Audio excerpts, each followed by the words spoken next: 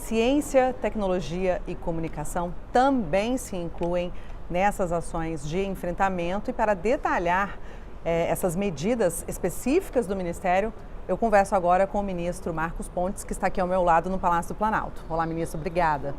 Olha, obrigado a vocês e gostaria de começar ressaltando a importância de se trabalhar tanto na causa do problema através da ciência, quanto nos impactos, através de tecnologia, inovações e comunicações. O Ministério tem uma participação muito intensa e sempre alinhada com o Ministério da Saúde, nesse caso.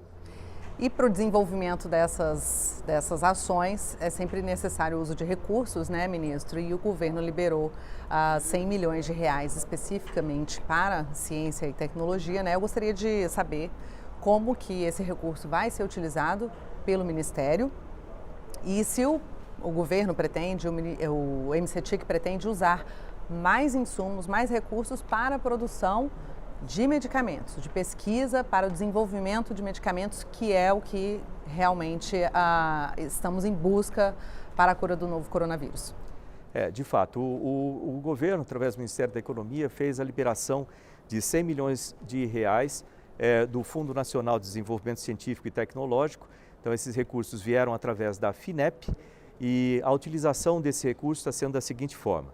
Primeiro, em termos de prioridade. A prioridade número 1 é o desenvolvimento de remédios, através de reposição de drogas, ou seja, utilização de moléculas de remédios já existentes para combater o problema atual, o coronavírus. Então, a primeira prioridade são remédios, a segunda são vacinas, a terceira são testes, testes rápidos e o desenvolvimento aqui no Brasil, e quarto, conhecimento do vírus em si, que é importante também para o desenvolvimento de vacinas e outras possibilidades que nós temos que trabalhar na área de ciência com relação ao vírus. Nós colocamos recursos também com relação a estudos de ciências sociais para analisar, ajudar os profissionais da saúde, assim como as questões de confinamento.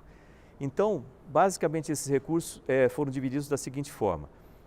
30 milhões são utilizados numa chamada pelo CNPq, que é um dos órgãos do Ministério, junto com o Ministério da Saúde. Então, 20 milhões da Saúde, 30 milhões do Ministério de Ciência, Tecnologia, Inovações e Comunicações, colocados através do CNPq para o desenvolvimento de remédios, vacinas, a parte de testes e um tanto sobre estudos sociais. Os outros 50 milhões foram colocados através da FINEP em encomendas tecnológicas, vamos chamar assim, que é mais rápido, já em sistemas que já estão em andamento, ou seja, para ter resultado mais rápido. Também em termos do desenvolvimento de remédios, essa mesma prioridade. E aí também nós colocamos uma parte, mais 20 milhões, que completa os 100 milhões, para o desenvolvimento de equipamentos, então para melhorar a produção de ventiladores, equipamentos de proteção individual e outras inovações que são necessárias nesse momento para melhorar a capacidade da nossa indústria para atender o problema.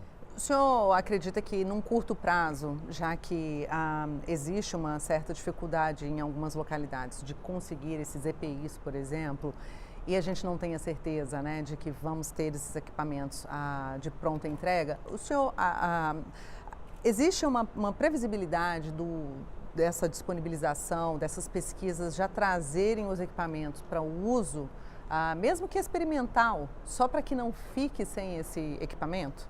Existe, eu costumo falar que o Ministério sempre traz notícias boas, Então, com relação a essa parte de desenvolvimento de tecnologias, nós temos no website do Ministério uma parte chamada Ideário MCTIC, que é uma possibilidade das pessoas, inventores, poderem trazer suas ideias, inovações. Nós temos como fomentar essas ideias, seja através da FINEP, seja de outros programas que nós temos ali dentro. E nós temos um conjunto de 5 clusters, 5 grupos de empresas trabalhando com o Ministério no desenvolvimento de ventiladores, e já está bem adiantado. Então, num prazo entre 45 dias até 3 meses, nós devemos ampliar essa produção de ventiladores, EPIs e equipamentos de suporte aos profissionais da saúde, para que eles evitem a contaminação, mesmo com EPI. Além disso, parte desses recursos também, e é importante citar essa parte de tecnologia, nós utilizamos, por exemplo, o nosso supercomputador, né, que fica no LNCC, é o Laboratório Nacional de Computação Científica, trabalhando no sequenciamento, no modelamento do vírus, e o nosso Laboratório Nacional de Biociências no modelamento computacional das moléculas de medicamentos existentes para inibir a propagação do vírus, ou seja, a maneira como ele se reproduz e como ele se conecta com as células humanas. Isso já está terminado. Esse sequenciamento é importante exatamente para isso. Vamos tentar explicar isso de uma forma mais compreensível assim, para a população em geral. O que significa esse sequenciamento do vírus nos laboratórios de alta capacidade que o senhor citou? Essa é uma coisa extremamente importante. Nós temos vários laboratórios trabalhando no Brasil no sequenciamento do vírus nas regiões específicas. Por que isso é feito? Porque a gente precisa conhecer o vírus que está no Brasil e as mutações desse vírus para melhorar as vacinas lá na frente, que o objetivo final é nós termos vacinas que sejam mais efetivas e de espectro amplo. Por exemplo, nós tomamos vacinas de gripe todo ano. Por quê? Porque esse vírus ele modifica, ele tem mutações. Mesma coisa nesse caso. Então, o ideal, nós precisamos conhecer esse sequenciamento. Isso é feito em processos matemáticos muito intensos, muito grandes. Então, o supercomputador ajuda a todas essas equipes de pesquisadores no Brasil. Nós temos uma rede de vírus, que nós chamamos MCTIC, que é composta de especialistas e pesquisadores no Brasil todo, que se conecta com uma rede de pesquisas do exterior também, trocando informações, trocando dados para acelerar o processo. Na parte de tecnologias computacionais para inibir o vírus, eu vou tentar explicar, vamos ver se as pessoas conseguem visualizar isso, mais ou menos assim. Imagina, o vírus ele tem uma proteína, uma enzima, que permite com que ele se reproduza e ele se conecte com as células do corpo humano. Então você pode pensar isso como se fosse uma forma geométrica tridimensional. E aí você encontra uma adaptação com a célula humana. Isso, aí você tem as moléculas de remédios, né? Nós testamos mais de 2.000 remédios diferentes, já existentes, para acelerar o processo, e eles têm as suas moléculas, e agora nós fechamos isso em cinco candidatos que já estão fazendo outro tipo de teste, que é teste in vitro, que já explico já.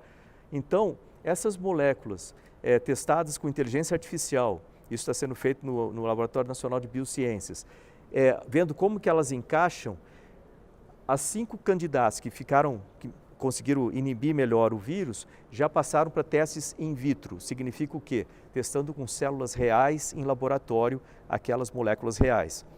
Nós terminaremos isso em um prazo de aproximadamente 2 semanas. E a partir dessas 2 semanas, nós vamos começar os testes clínicos. E essa é outra parte muito importante, nós estamos colocando recursos para isso.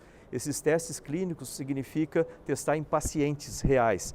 Então, muito em breve, a gente vai ter pacientes recebendo um tratamento experimental dessas drogas que vão nos ajudar, né, a desenvolver, no final das contas, ou indicar quais os medicamentos para curar ou para resolver esse problema aqui no Brasil e no exterior. A gente trabalha sempre em contato com o exterior. Além disso, estamos colocando recursos também numa coisa que a gente chama de soro neutralização. O que é isso? As pessoas que já tiveram o Covid, já se recuperaram, elas têm uma pequena quantidade de anticorpos. E o tratamento desse soro, através desses anticorpos, vai nos permitir fazer um tratamento também das pessoas usando isso aí, para vacinas. Então, as pessoas que já se curaram, não têm mais, né, sintomas e a presença do vírus, elas estão sendo estudadas já pelo governo. Exato. E esse é um processo que tem que ser feito com muita calma, é um processo que tem que ser feito muito bem feito, porque quando a gente vê nos filmes, a gente vê assim, né? Pô, não, aquela pessoa teve aquele problema, ela se curou, a gente usou aquele soro e resolveu o problema de todo mundo. Não é bem assim. Então, é uma coisa que tem que ser feita muito um a um, mas os estudos estão sendo feitos no Brasil e fora do Brasil. É importante sempre ressaltar esse compartilhamento, esse trabalho integrado da comunidade científica como um todo. E a boa notícia é que isso vai permitir resolver o problema, né? Essa é a nossa parte de ciência no Brasil, que eu tenho muito orgulho de dizer que o Brasil é um dos países mais reconhecidos internacionalmente no trabalho com vírus, nesse tipo de trabalho. Nesse desenvolvimento de pesquisa de as soluções mesmo para doenças virais.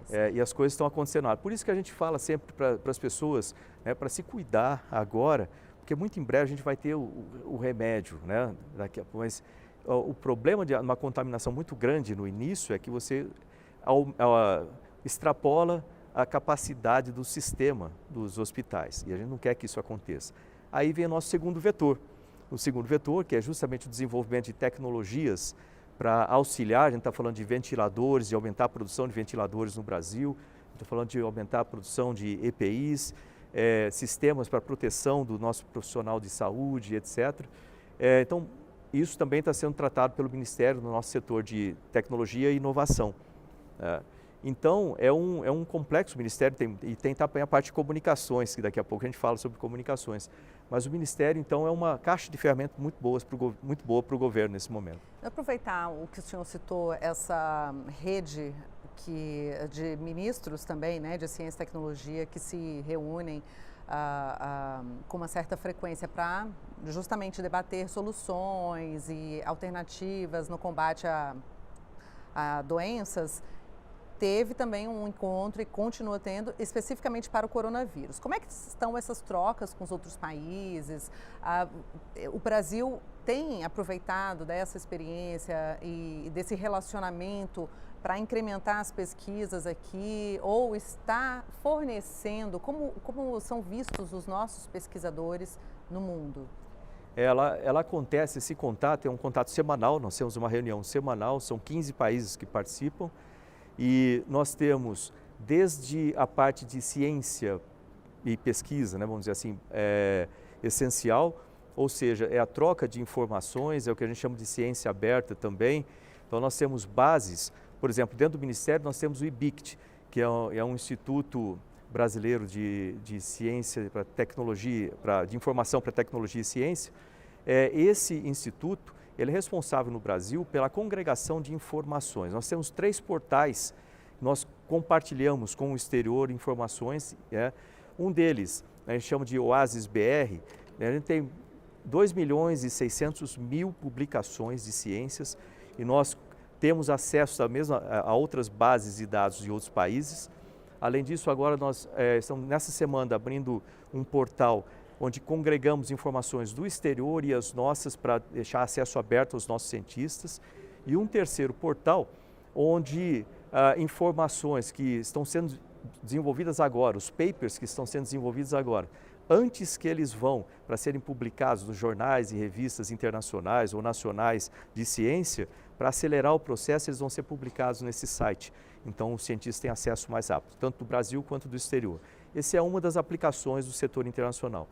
Além disso, você imagina quando a gente fala de testes clínicos de certos medicamentos, se você tiver um banco de dados maior, você pode fazer esses testes clínicos com pacientes no Brasil e no exterior e vice-versa. Então, é importante para acelerar o processo também. Outra coisa com relação aos equipamentos, né? Então, são as patentes de equipamentos, são como que a gente vai reproduzir alguns desses equipamentos no Brasil ou no exterior, a troca desses equipamentos. Então, tudo isso é tratado nesse grupo internacional e ajuda muito. Esse é o momento, como eu falei na Unesco, que é um outro grupo, né? Mas eu falei essa semana na Unesco, nós tínhamos mais de 170 países participando, mais de 70 ministros, e eu falei, olha, igual quando eu estava na estação espacial, a minha vida dependia da tecnologia e da ciência, né? Então, nós precisamos trabalhar no mundo em conjunto. Se é uma coisa que esse vírus, se dá para tirar alguma coisa boa desse vírus, é causar a união no planeta, botar de lado as dificuldades, para que nós possamos trabalhar juntos para resolver o problema. Então, é algo que nós estamos fazendo a nível global e ciência e tecnologia é essa ferramenta para a gente trabalhar em conjunto. Nossos pesquisadores são muito bem vistos no exterior, eles têm uma credibilidade muito grande, o que é muito bom você observar isso, né? Então, os nossos cientistas, eles são extremamente bem vistos no exterior, tem uma credibilidade muito grande. Lembrar que o Brasil já tem sofrido e aprendido bastante através de dengue, do Zika e outros problemas que os nossos cientistas ganharam muito conhecimento e credibilidade. Nós temos cientistas brasileiros trabalhando no exterior, fazendo parte dessa rede como um todo. Então, às vezes as pessoas falam assim, pô, mas o Brasil, né, está investindo agora 100 milhões de reais nisso. É um valor pequeno comparado com o que os Estados Unidos estão investindo nas pesquisas ou os outros nesse momento. Olha, é um valor que nós temos disponível agora e eu digo para você que o retorno de investimento é gigantesco e o Brasil, os nossos pesquisadores fazem uma diferença muito grande no contexto internacional nas descobertas. Tanto, você vê, a gente baixou de 2.000 moléculas possíveis de drogas. Isso se chama reposicionamento de drogas, utilização de remédios para outra finalidade. De 2.000 para 5 e já estamos nos testes in vitro e vão passar para testes clínicos, isso é muito importante ressaltar. Um ponto que eu gostaria de ressaltar também é com relação à tecnologia. A gente tem falado no Ministério, desde o ano passado, muito sobre inteligência artificial, as aplicações de inteligência artificial. Nós temos agora um edital aberto para...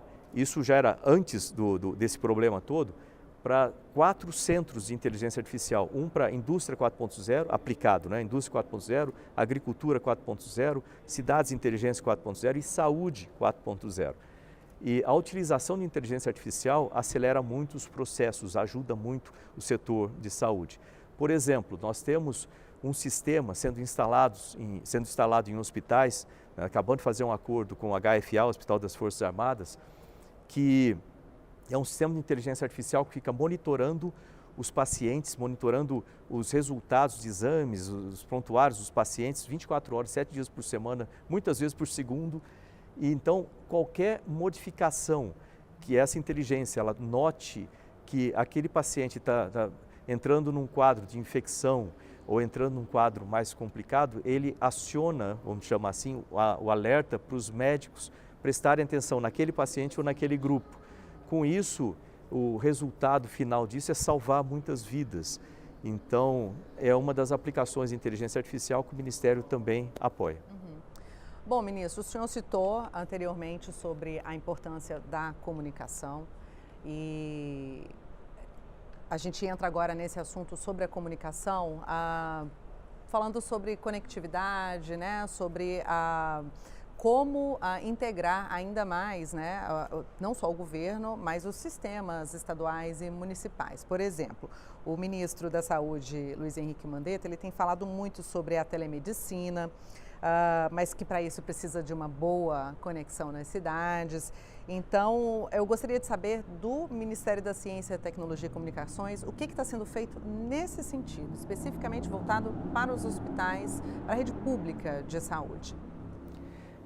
A parte de comunicações do Ministério, vamos dizer que é o nosso terceiro eixo de aplicação, que o primeiro era da ciência, é o da ciência, focando na causa, no vírus.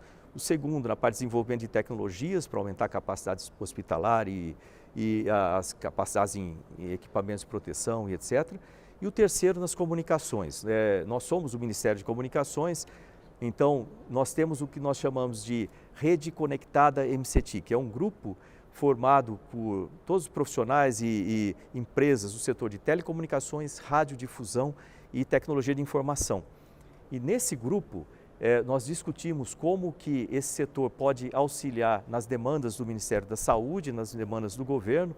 Nós temos várias ações em andamento, gostaria de ressaltar algumas delas. Por exemplo, nós tínhamos 16 das unidades básicas de saúde no país todos, nós tínhamos 16.202 unidades sem conexão com a internet, então desconectadas da internet. Rapidamente, através da coordenação do nosso secretário de Telecomunicações e a coordenação nessa rede, nós conseguimos já provedores de internet no Brasil todo, nas áreas, para atenderem essa demanda.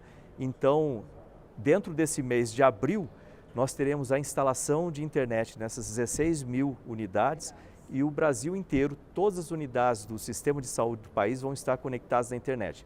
Por que isso é importante? Todas vão estar conectadas. Todas conectadas. Por que isso é importante?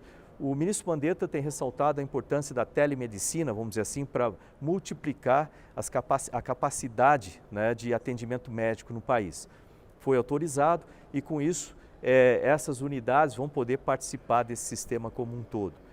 Além disso, nós temos outras atuações, por exemplo, o Ministério da Saúde utiliza o tridígito ali, né, 136. Então, ele vai passar a utilizar robôs para fazer uma triagem dos pacientes no país todo, das pessoas no país todo. E quando a pessoa recebe a ligação, ela vai receber com 136 escrito ali, ou seja, ela sabe que é o Ministério da Saúde, então é para as pessoas atenderem e assim por diante, também coordenado por esse centro. Nós temos outras atuações por esse grupo também, com relação a disponibilizar meios para que, primeiro, falar a respeito de saúde, né, em canais de TV aberta, para falar a respeito de cidadania, para falar a respeito de educação, né, onde vai precisar das aulas. Então, tudo isso tem sido feito através do grupo de comunicações. Voltando para a questão específica das unidades de saúde, ministro, porque assim, eu acho que é importante reforçar isso, que ter a internet na unidade de saúde não é só uma questão de ter conexão, né? É um compartilhamento geral de dados, né, ministro? O senhor pode falar dessa importância de troca de informações em toda a rede de saúde, de como é importante estarem conectados? Então, é uma importância gigantesca para a troca de informações técnicas científicas entre os centros, a própria telemedicina, e isso é importante ressaltar que vai ficar um legado para o Brasil. Ou seja, essas unidades, o Brasil vai ser um país com todas as suas unidades de saúde conectadas na internet, o que é importante para a sequência dos trabalhos, né, no Ministério da Saúde e assim por diante. Além disso, eu gostaria de ressaltar que o Ministério também tem uma organização social chamada a Rede Nacional de Pesquisa, a RNP. A RNP, ela tem por função conectar universidades, centros de pesquisas, e ela tem trabalhado também na conexão dessas unidades no país como um todo. Nós já vínhamos trabalhando com o Ministério da Saúde para fazer essas conexões. Além disso, existe dentro dessa rede uma rede universitária de telemedicina, a RUT, né, que para passar informações, formar grupos de pesquisadores, grupos de médicos, a gente consegue interligar rapidamente, com uma velocidade muito grande, a transmissão de informações entre todos esses centros de pesquisas, etc. Então, por exemplo, no sequenciamento, né? Sequenciamento do vírus feito em vários lugares do país. A gente precisa da troca de informações, a gente precisa do vírus em si, né? Inativo. Como que a gente transfere esse vírus de um lugar para outro. Aí entra outro ponto importante do Ministério, que é a logística. Eu tenho os Correios, é a maior empresa de logística do país. Os Correios têm feito esse trabalho de levar o vírus inativo, por exemplo, de São Paulo, ali da USP, para outros centros de pesquisa no país, e eles têm que fazer isso num prazo de 20 horas, com todo um tratamento especial, que é um vírus que está sendo levado, com toda a segurança, toda a eficiência, e os Correios têm feito isso para o Brasil, que é também uma coisa muito importante de ressaltar. Além disso, esses centros de pesquisas nossos, quando a gente fala centro de pesquisa, também de inovações, têm desenvolvido, por exemplo, soluções para a gente ter álcool em gel. Álcool em gel, você precisa de um reagente para que isso aconteça, então eles estão desenvolvendo bioreagentes para a produção de álcool em gel no Brasil em quantidade, para atender toda essa demanda, quantidade muito grande. Então você vê que cada hora que eu falo alguma coisa surge outra ideia, que fala, pô, mas a gente está fazendo isso também. Então eu tenho muita satisfação, muito orgulho de ter, de estar à frente de um ministério desse, né, com a capacidade que nós temos dos nossos profissionais e das nossas estruturas para ajudar o governo. Tá certo. Ministro, eu agradeço então a sua disponibilidade, parabéns pelo trabalho, obrigada pela entrevista. Obrigado a vocês, sempre contem com o Ministério de Ciência, Tecnologia, Inovações e Comunicações. Queria só deixar um recado, né, para as pessoas em casa. Eu sei que esse é um momento que todos nós temos um certo receio, a gente fica vendo tantas notícias ruins e etc.